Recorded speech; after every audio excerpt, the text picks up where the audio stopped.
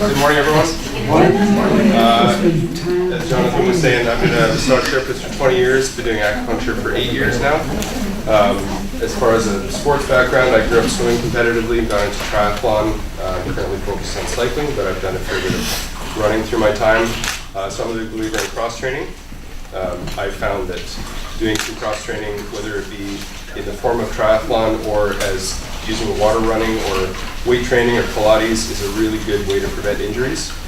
Just because your body can only take so much pounding, especially if you're the body type that doesn't deal with that well. It doesn't mean you can't run marathons, you just have to be more strategic in your training. The other thing that I've incorporated in my training over the years is the concept of periodization. Does everyone know what that is? So it's the idea that if you have a steady increase in training volume and intensity ongoing, you will get injured.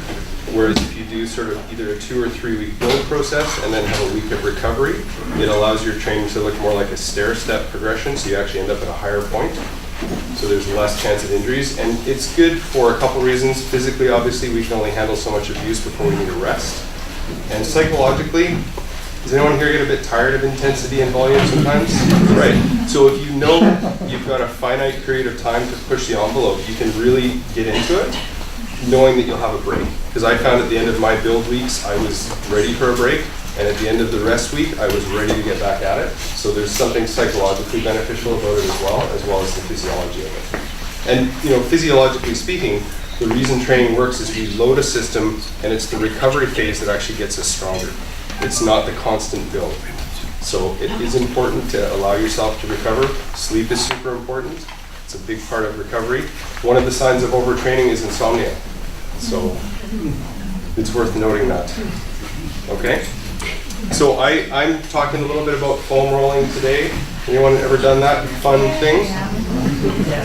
So I just wanted to give you guys some context for it, because it's important to understand why you're doing it and what part to do it for.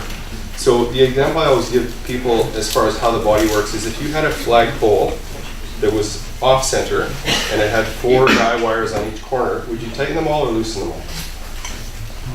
Tighten some, loosen them. There you go. Not everybody gets that.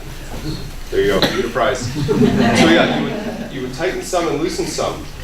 So the idea is that if you stretch every day, stretching everything is going to make some things better and some things possibly worse.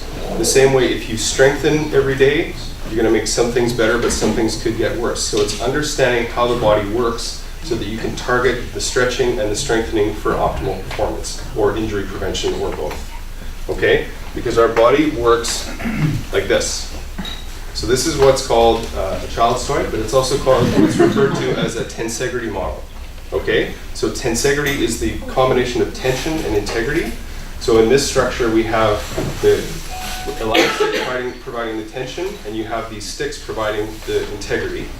But what it looks like is that if you have a little bit of tension too much in one spot, it affects the whole system, right? The same way if you have one of these pieces out of place, it changes the whole system.